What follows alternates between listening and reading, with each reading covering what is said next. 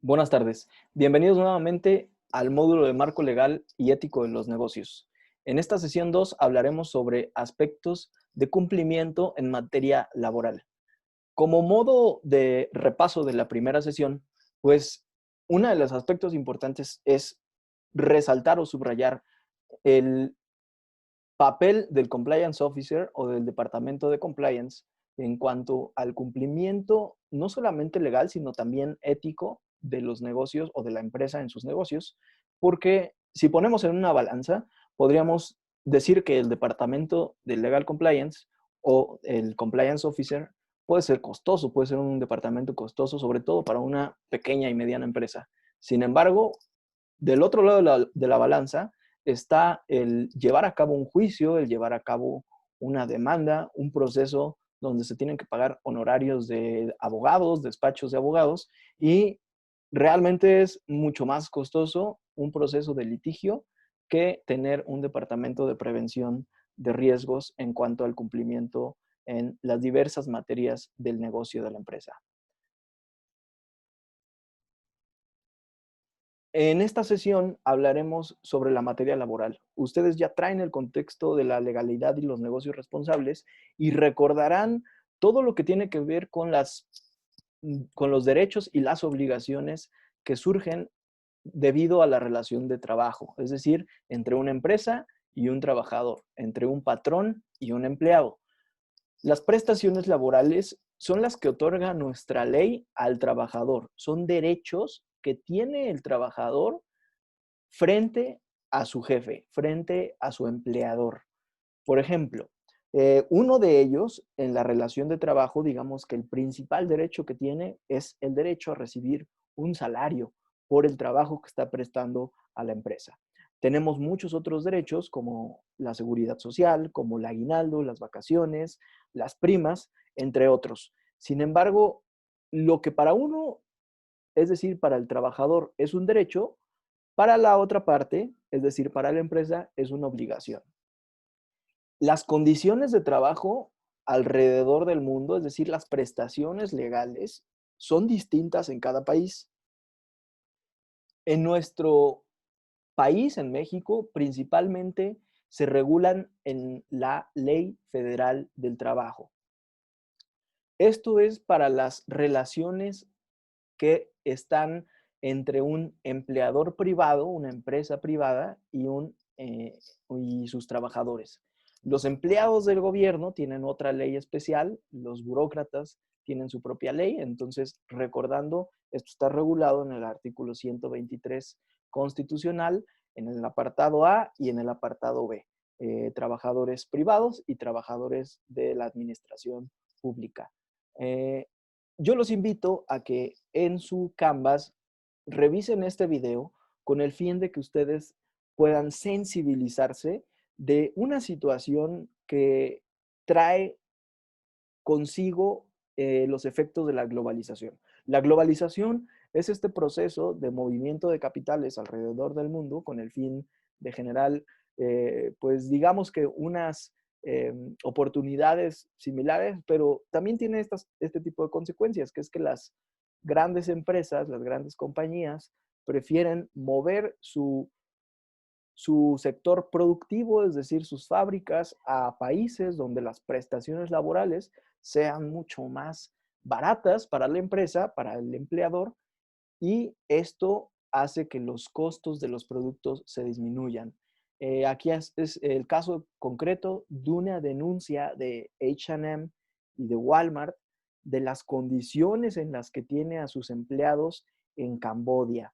En Camboya, pues prácticamente la ley no beneficia, no protege tanto al trabajador como aquí en México, y esto pues propicia a que las grandes marcas, como en este caso H&M y Walmart, migren o muden sus fábricas, pongan sus fábricas en estos países donde las condiciones laborales son muy escasas, por no decir que prácticamente son inexistentes, al grado que este tipo de países del sudeste asiático, inclusive podemos hablar de otros como Bangladesh, que permiten el trabajo infantil, algo que está completamente prohibido en nuestro país, en México.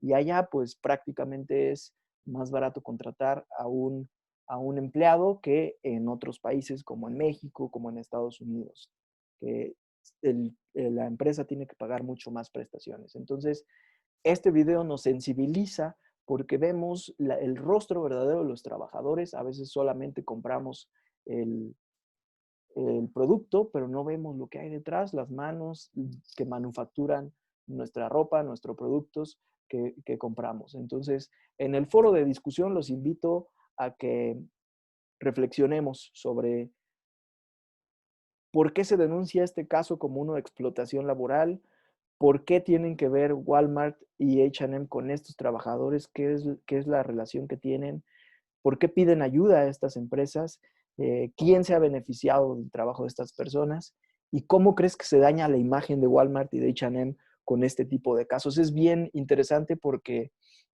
no solamente son estas marcas las que se han visto involucradas, muchas otras marcas de ropa principalmente son las que se han visto en este tipo de escándalos porque finalmente desde el punto de vista legal no incurren en ninguna ilegalidad, pero desde el punto de vista ético sí hay mucho que discutir al respecto, como por ejemplo, aquí ustedes pueden ver a los trabajadores que denuncian que viven en condiciones muy precarias e inclusive viven dentro de la fábrica, es decir, no son trabajadores que se trasladan de casa al lugar de trabajo y de regreso, sino ellos, tal es su nivel de explotación que viven en el lugar de trabajo, viven en la fábrica. Entonces, son condiciones totalmente precarias, pero legales en ese contexto.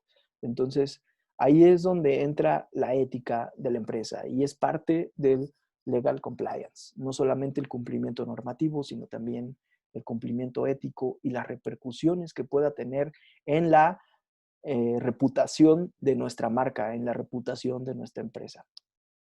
A veces lo barato sale más caro. Ahora, en la clase de legalidad y negocios responsables, aprendiste algunas de las prestaciones que tiene el trabajador y aquí en este cuadro vemos algunas de ellas, como ya las habíamos mencionado, y en eso consta la actividad que tienen que realizar, que más adelantito la vamos a explicar. Recordando, por ejemplo, aquí que todo esto viene regulado en la Ley Federal del Trabajo, inclusive esta tabla es sobre el artículo que habla de las vacaciones a las que tiene derecho un trabajador en México. Por ejemplo, una vez que cumple un año de trabajo, cumplido el año de trabajo, el trabajador puede solicitarle a su empleador que le otorgue 6 días de vacaciones, a los 2 años, 8 días de vacaciones, y así sucesivamente va aumentando 2 en 2 hasta llegar a los 5 años. Después, esos 2 días aumentan cada 5 sucesivamente. Entonces, vemos esta tabla de los días que le corresponden dependiendo a la antigüedad que tenga cada trabajador. Ahora, en este video también los invito para no detenernos mucho a verlo, los invito a que ustedes lo vean, ya que en esta clase pues vamos a abordar más el caso práctico. Solo recordando, es una comparación entre las diferentes condiciones que existen en los diferentes países. Aquí se compara Finlandia, Francia y México. Vemos que pues principalmente hay diferencias en cuanto a la cuestión económica, es decir, a los sueldos, a los salarios, pero también en cuanto a las prestaciones que tienen obligatoriamente que otorgar los patrones a sus trabajadores. Y los invito igualmente a la reflexión en el foro, comparando y también analizando hasta dónde estamos nosotros como empleadores, como futuros empresarios, dispuestos a igualar esas condiciones laborales dentro de nuestro contexto. Ahora, ¿cuáles son las consecuencias de que un patrón omita el cumplimiento de las prestaciones laborales? Esto sucede mucho en nuestro país debido a que el mercado informal es un mercado sumamente grande en México, es decir, la informalidad, el ambulantaje, los negocios que evitan el pago de las contribuciones, tanto de impuestos como de aportaciones de seguridad social, es muy común. ¿Por qué? Porque nuestro país se ha prestado mucho a la informalidad. Entonces, no solamente esto abarata costos para la empresa, sino también puede traer consecuencias graves, también puede traer consecuencias económicas en caso de que sus empleados lo demanden o en caso de que las autoridades como la Secretaría del Trabajo, como el IMSS, el Instituto Mexicano para la Seguridad Social, y también la Profedet, la Procuraduría de la Defensa del Trabajo, sean instituciones que intervengan y que a su vez puedan sancionar, poner multas o inclusive hasta tienen la capacidad de embargar o clausurar el establecimiento. Entonces, esas pueden ser unas de las consecuencias. Igualmente, invitamos a la reflexión en el foro para que ustedes revisen previamente las obligaciones. La verdad es que son bastantes, cuesta, muchas veces en los videos de coaching, de liderazgo, de emprendimiento, vemos esta cara muy favorable de ser emprendedor. Sin embargo, también tiene una carga muy fuerte, que son las obligaciones que debemos de cumplir como empresarios, las obligaciones que debemos de cumplir como patrones de un trabajador o de un grupo de trabajadores. Recordando también, antes de pasar al siguiente tema, que la relación laboral se perfecciona, es decir, nace en el momento en que una persona actúa dándole una orden a otra persona. Ahí es donde nace la subordinación, cuando se da una orden y que a cambio de esa orden el trabajador reciba un salario. Entonces, ahí es donde se perfecciona la relación de trabajo, aunque no exista un contrato laboral en papel, en ese momento nace la relación de trabajo y con esto, como consecuencia, nacen las obligaciones para el empleador, nacen las obligaciones para el patrón y los derechos, a su vez, para el trabajador o empleado. Ahora, ya entrando un poquito más en materia de procedimientos laborales, es decir, de demandas ante las juntas de conciliación y arbitraje, ya estamos hablando de que hay algunas diferencias, algunas inconformidades entre el empleador y el empleado. Entonces, uno de los derechos a los que tiene el trabajador es el derecho a demandar a su empleador. Esto no quiere decir que se tenga que terminar la relación de trabajo. Es decir, el trabajador puede demandar durante la relación de trabajo, es decir, siendo empleado o después también, hasta 6 meses, no se prescriben los derechos laborales. Entonces, ese es el tiempo en el que el trabajador puede demandar si dice, ¿sabes qué? No me han pagado mis horas extra, no me han pagado mis vacaciones, no he recibido aguinaldos, no he recibido sueldos o cualquier situación que lo mantenga inconforme, se puede demandar ante la Junta de Conciliación y Arbitraje. En este video ustedes pueden ver cómo es el proceso de demanda. Previo a la demanda como tal ante la Junta de Conciliación y Arbitraje, se invita a que las partes, es decir, el trabajador y el empleador, concilien, es decir, lleguen a un acuerdo de manera de buena fe, digamos, de manera rápida, en el cual si ellos llegan a un acuerdo de decir, ¿sabes qué? Sí, estoy de acuerdo en que te he omitido estas obligaciones, te las pago, te las indemnizo y hasta aquí se acaba la demanda. Es un proceso conciliatorio previo a la demanda. Si una vez se inicia la demanda, pues ya se necesitarán aportar pruebas. Acuérdense que en el derecho existe la presunción de la afirmación, es decir, el que afirma tiene que probar. Si yo digo algo, tengo que probar con una prueba fehaciente para que el juzgador, en este caso la Junta de Conciliación y Arbitraje, pueda decir, ok, lo que tú dices es real o lo que tú dices no tiene la suficiente prueba, entonces se desecha. Muy importante en materia laboral, ya que es el derecho social hay una, como ustedes lo pudieron ver en el primer video de la denuncia de H&M y Walmart, siempre las empresas tienen pues un poder superior sobre los trabajadores por la capacidad económica que tienen los mismos. Entonces, debido a eso, hay una carga mayor a la empresa. En materia laboral, todas las pruebas son exigibles para el patrón. Es decir, si el trabajador dice que él trabajó durante horas extras tal día, es el empresario el que debe mostrar el registro de entrada y salida, donde se vea que efectivamente el trabajador está saliendo a horas fuera de su jornada laboral, horas extra de su jornada laboral. No es el empleado el que tiene que mostrar las pruebas, a diferencia de otras materias de derecho, donde el que afirma tiene que probar. En materia laboral es la excepción.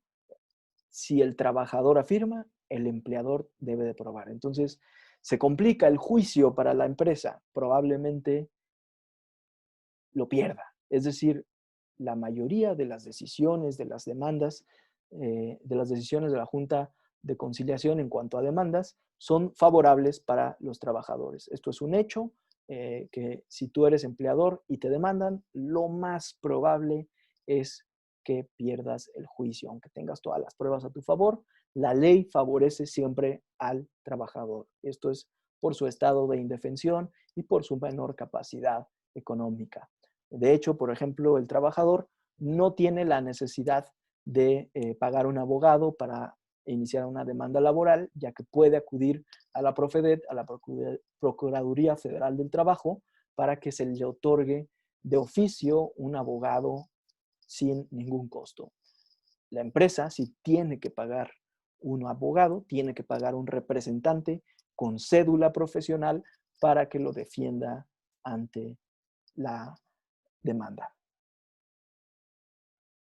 Entonces, reflexionamos, ¿por qué crees que es mejor conciliar una controversia en lugar de realizar un juicio? Ya se los dije, sencillamente porque el juicio casi siempre es a favor del trabajador. Entonces, como empresa, es mucho más económico llegar a una conciliación y para las dos partes es mucho más rápido. Como empresa, también te puedes ahorrar el pago de honorarios de un abogado que te represente ante la Junta con cédula profesional y también te vas a ahorrar otro concepto que son los salarios caídos, que es todo el periodo que dura el juicio, hasta 12 meses, que tú tienes que pagarle de salario íntegro al trabajador o ex trabajador que te está demandando. Ahora, los invito a que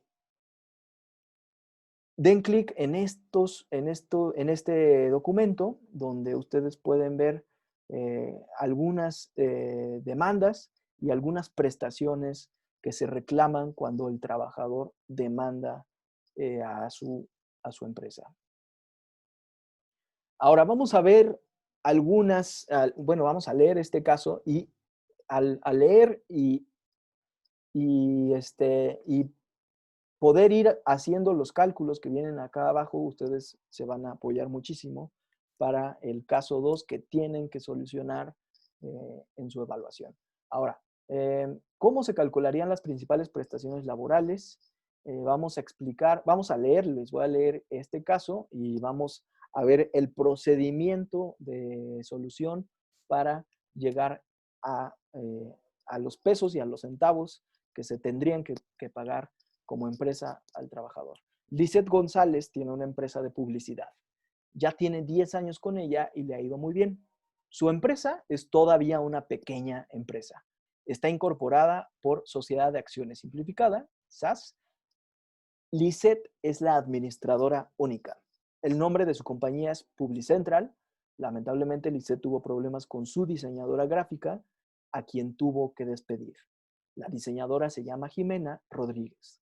Jimena consideró que su despido fue injustificado. Jimena comenzó a trabajar para Publicentral en el 1 de agosto de 2013. su contrato laboral fue indeterminado. Su jornada laboral semanal era de 48 horas en turno diurno y ella ganaba 4,900 pesos a la semana. Jimena fue despedida el 17 de septiembre de 2019 y se negó a recibir el finiquito que Lisette le ofrecía. Se fue a juicio, demandó la reinstalación en su puesto de trabajo y Lisette, desde que contestó la demanda, señaló que la acusación de despido injustificado era errónea y que negaba reinstalar a Jimena en su trabajo. El 15 de abril de 2020, Jimena obtuvo un veredicto favorable. Por lo tanto, ¿cuánto dinero pagará Lisette a Jimena como indemnización, asumiendo que hoy fuera el 15 de abril, según la hipótesis de este caso? Es decir, el día en que se obtuvo la sentencia o el laudo de la Junta de Conciliación. Como una nota, Publicentral reportó 0 utilidades en su declaración de impuesto del año pasado, por lo que el concepto de reparto de utilidades, el famoso PTU, no lo tomamos en cuenta en este ejercicio. Se entiende que el sueldo señalado para Jimena es salario integrado. ¿Ok? Muy bien. Entonces, en este caso, en el cuadro azul, ustedes pueden ver muchos datos. En realidad, todos estos datos nos sirven para realizar los cálculos, tanto de inicio de trabajo como su salario diario, como las prestaciones que le correspondan, hasta el despido que se consideró injustificado. Recordando rápidamente, como despidos tenemos dos tipos según la ley, el justificado y el injustificado. La diferencia es que en el justificado existe una causa que, como su nombre lo dice, justifica la salida del trabajador sin responsabilidad para la empresa. Por lo tanto, el trabajador no tiene derecho a recibir ni indemnización ni otras prestaciones que sí tiene derecho cuando se determina un despido injustificado. Es decir, que el trabajador no incurrió en unas causas de las que establece la Ley Federal del Trabajo para considerarse una causa justificada del fin de la relación laboral. Ahora, vamos a ver el procedimiento de solución. El salario diario, en este caso, recordamos que es de Jimena, de la trabajadora. El salario diario es de 700 pesos. Oye, ¿de dónde sacaste el salario diario? Bueno, en el caso como tal, no nos menciona salario diario, nos menciona salario semanal, 4,900 pesos a la semana. Entonces, ahí tenemos que hacer una regla de 3. Es dividir el salario semanal entre el número de días que tiene la semana, que son 7. Aunque Jimena solamente trabajaba 6, la jornada se considera de la semana completa, porque recordemos que la prima dominical es que el derecho que tiene el trabajador de descansar un día a la semana. Entonces, un día de descanso pagado, eso es muy importante. Regla de 3, dividir el salario semanal entre el número de días, en este caso 7, y nos da su salario diario. Siempre tengan el concepto de salario que tengan, ya sea quincenal o mensual, se tiene que pasar a salario diario con el fin de hacer los cálculos en una demanda de despido, en una demanda de un trabajador. El salario diario, aquí como lo dice, se divide entre los números entre el número de días que tiene la semana. Ahora, ya tenemos el salario diario y esta va a ser la base de nuestro cálculo. Siempre pasar salario quincenal a salario diario, salario mensual a salario diario o salario semanal, como en este caso, a salario diario. Segundo concepto, aguinaldo, que es el derecho que tiene a recibir por un año trabajado, un trabajador, un año trabajado completo, tiene derecho a recibir 15 días. Como aquí lo dice, equivale a 15 días de 12 meses trabajados. El aguinaldo completo del 2019 sería el multiplicar 15, que son los 15 días que tiene derecho, por 700, que es su salario diario. Nos da un total de 10,500. Ahora, eso es el concepto del aguinaldo completo por el 2019. Recordemos, el año 2020 no está completo, lo estamos considerando hasta la fecha en el que se dictó el laudo o la sentencia, que fue el 15 de abril del 2020. Entonces, tendremos que sacar solamente la parte proporcional. Cuando se trabajan los 12 meses, tenemos derecho a 15 días. Cuando se trabaja menos de los 12 meses, tenemos que hacer una regla de 3, como en este caso. 15 días es igual a 12 meses. La X, la incógnita, es la que vamos a despejar. Y de cuánto le toca recibir el salario proporcional de aguinaldo por 3.5 meses trabajados, que son el 15 de abril, ¿ok? Ella trabajó todo enero, todo febrero, todo marzo, van 3 meses, y la mitad del mes de abril, entonces son 3.5 meses, como aquí lo tenemos, ¿ok? Y ahora simplemente hacemos aritmética, que es multiplicamos 3.5 meses correspondientes a lo proporcional del 2020 por 15 días es igual a 52.5. Entre los 12 son 4.37, ¿ok? Este factor es muy importante porque ella de los 15 días que le corresponderían de trabajar 12 meses, como solo trabajó 3.5 meses, le corresponde recibir 4.37 días de aguinaldo. Multiplicamos 4.37 por el salario diario y nos da un total de 3.059. En este caso, se suman el aguinaldo del 2019 y el aguinaldo del 2020, proporcional solamente. Este es aguinaldo completo y este es aguinaldo proporcional, dándonos un total de 13.559 pesos. Siguiente concepto, vacaciones. Aquí habría que irnos a la tabla que vimos previamente en cuántos días le corresponde a Jimena, dependiendo de su antigüedad. Las vacaciones se toma por el año, por los años trabajados, cuántos le corresponden. A Jimena, cuando fue despedida, llevaba 7 meses y medio para cumplir 7 años, ¿ok?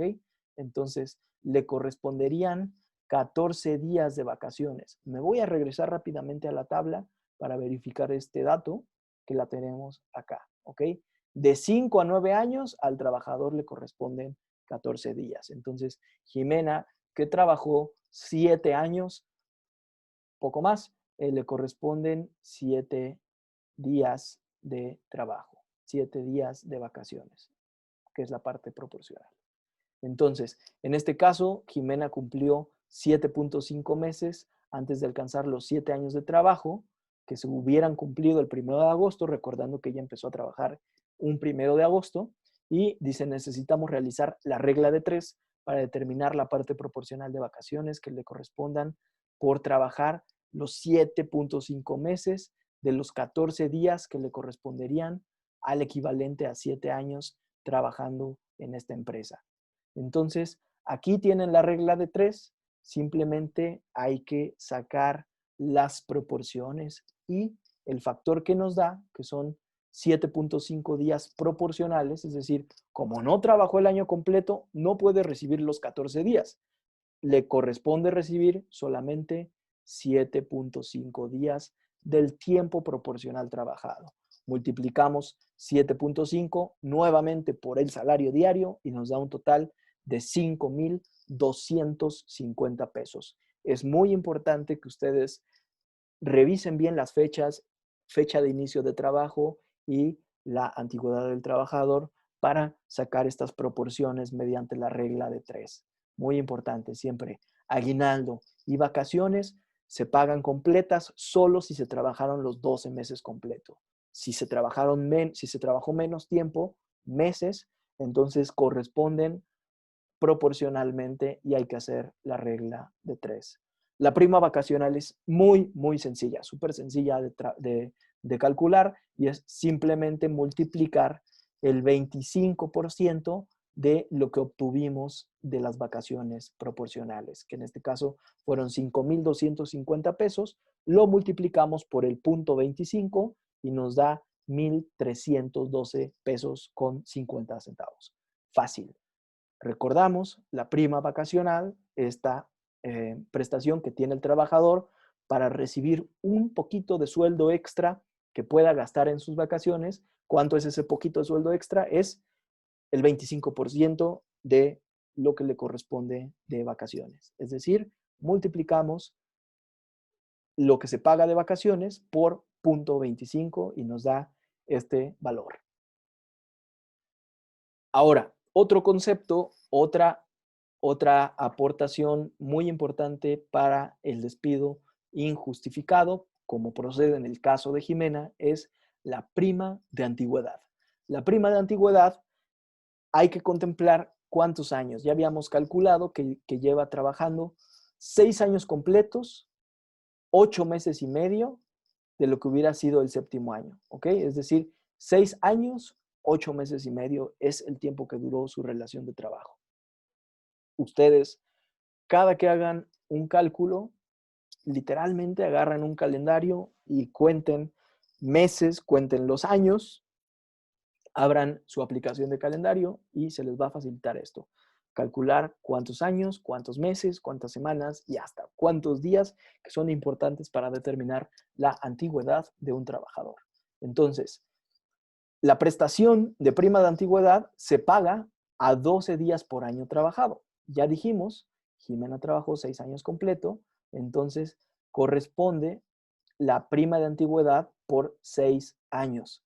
Tendríamos que multiplicar 12, que son los 12 días por año trabajado, por 6, que son los 6 años que trabajó completos, y nos da un total de 72 días, ¿ok? 72 días de prima de antigüedad. Hasta aquí dejen este factor. Como paréntesis, recordamos que la prima de antigüedad, independientemente del sueldo, está topada al doble del salario mínimo, es decir, a 2 salarios mínimos vigentes. Entonces, si un trabajador gana menos de un salario mínimo, pues le corresponde su salario íntegro. Pero si un trabajador gana más de 2 salarios mínimos, como es el caso de Jimena, está topado. Los 72 días que le corresponden, en este caso a Jimena, se pagan al doble del salario mínimo. Entonces, por eso multiplicamos 72 días, que son los que le corresponden por los 6 años completos de trabajo de su prima de antigüedad, por 246 pesos. 246 pesos es el doble del salario mínimo vigente en esta fecha y es un total de 17,712 pesos. Ahora, falta que calculemos los 8 meses y medio. Entonces, esa sería una parte proporcional que había que sacar con otra regla de 3. Sería los 12 días por un año trabajado, despejar la incógnita, cuánto le corresponde, porque no fue el año completo trabajado, le corresponde 8.5 meses que trabajó, entonces sacamos la regla de 3 de 8.5, lo multiplicamos por 12 y después despejamos la X y nos da 8.5 días. Entonces, multiplicamos 8.5 igualmente por 246, que es el doble del salario mínimo, y nos da 2,091 pesos. Sumamos lo que le corresponde por 6 años completos, que son 17,712, más lo que le corresponde por la parte proporcional, nos da un total de 19,803 pesos. Siguiente concepto, indemnización por despido injustificado. Acuérdense, cuando no procede una de las causales de justificación del despido, de acuerdo a la Ley Federal del Trabajo, nada más recordando cuáles son, voy a mencionar algunas de ellas, por ejemplo, que el trabajador se presente en estado de embriaguez a su lugar de trabajo, que el trabajador incurra en actos de violencia, intimidación, amenazas, que el trabajador robe, dañe o maltrate sus herramientas de trabajo, que el trabajador atente contra el patrón o contra sus compañeros de trabajo, que el trabajador no cumpla con el máximo de faltas, es decir, que el trabajador tenga más de 4 inasistencias en un periodo de 30 días.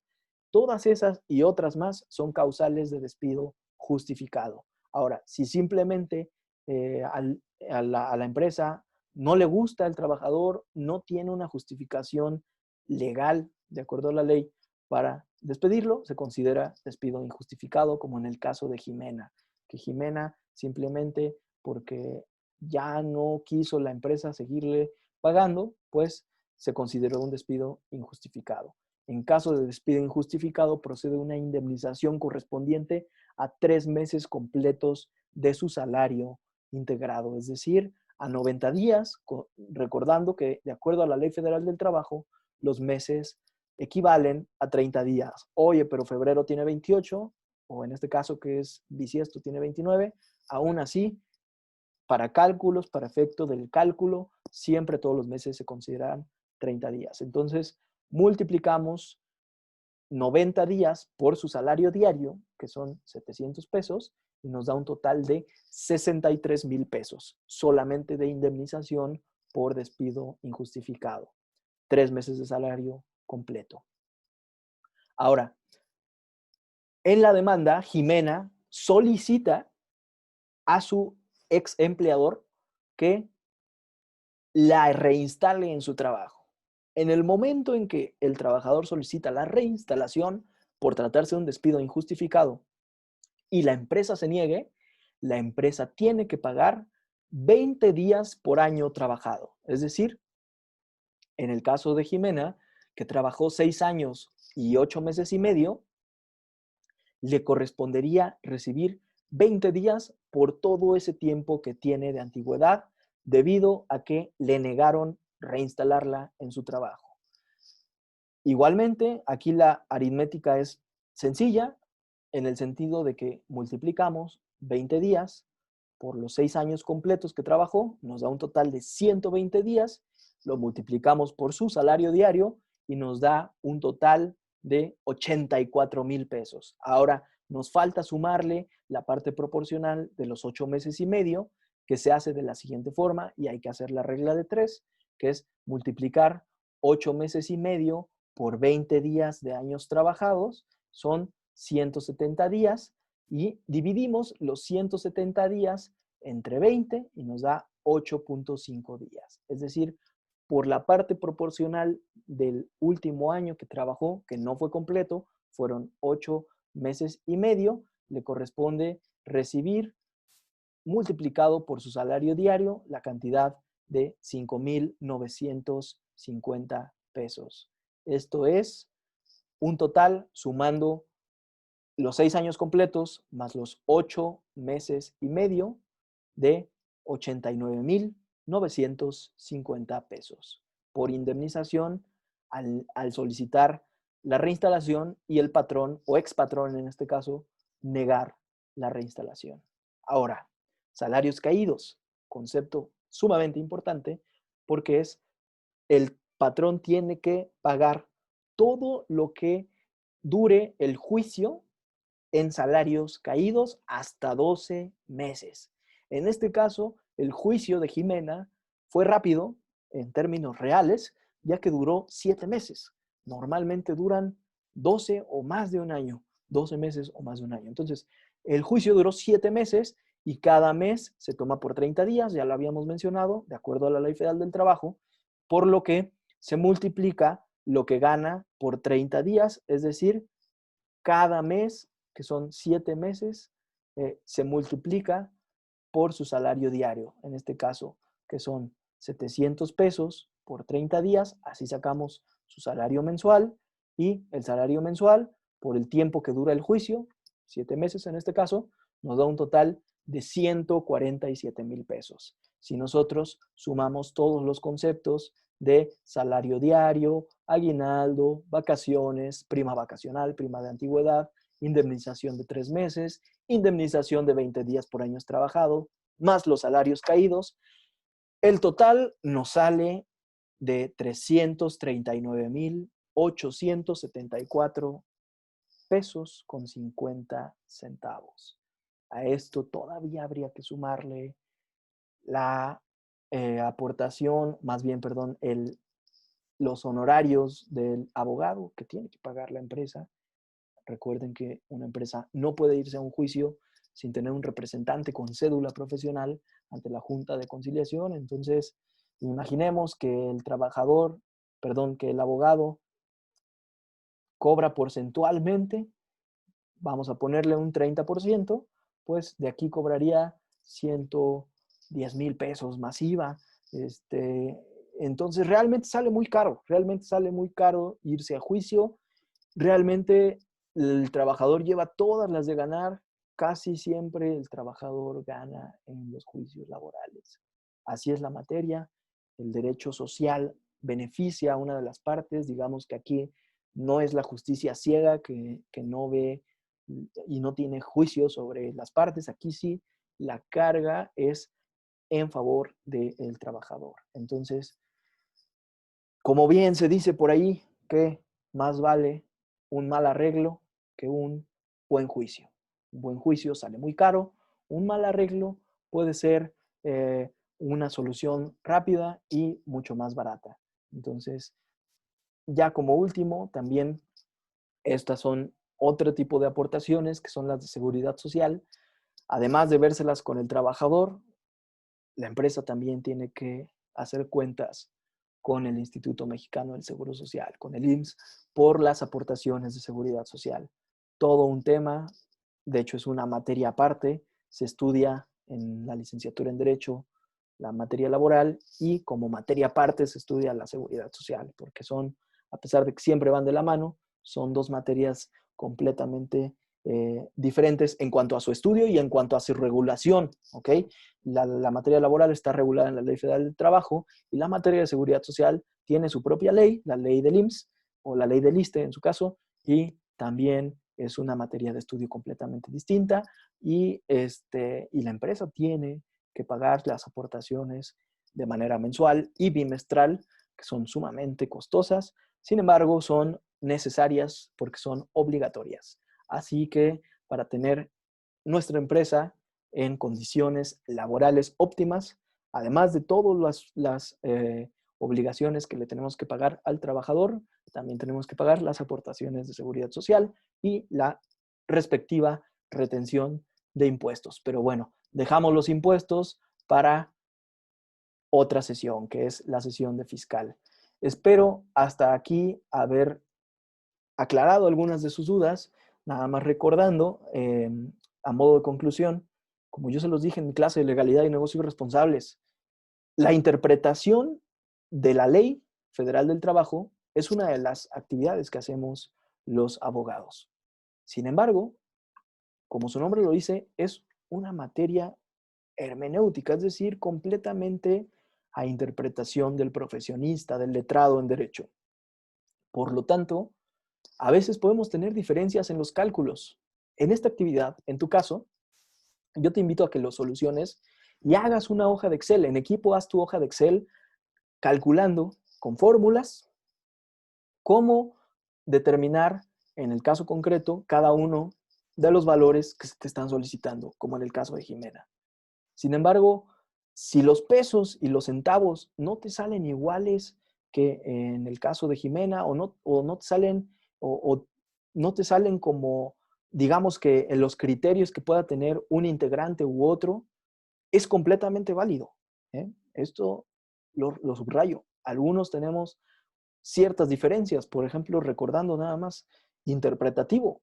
La ley no es clara de cuántos días tiene un año de trabajo. Por ejemplo, algunos abogados interpretamos que el año tiene 365 días, pero si utilizamos el artículo de la Ley Federal del Trabajo donde los meses tienen 30 días y multiplicamos 12 por 30, nos dan 360. Tenemos 5 días de diferencia que pueden ser a favor o en beneficio de una u otra parte de la empresa o el trabajador.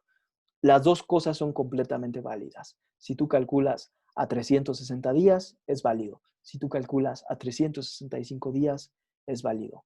Como recomendación para ti que vas a ser empresario, siempre favorece a tus trabajadores. Sensibilízate del más necesitado. Sensibilízate del que está aportando su capital para el crecimiento de tu empresa. Hasta aquí, espero haberles apoyado en esta segunda sesión. Nos vemos la próxima. Hasta luego.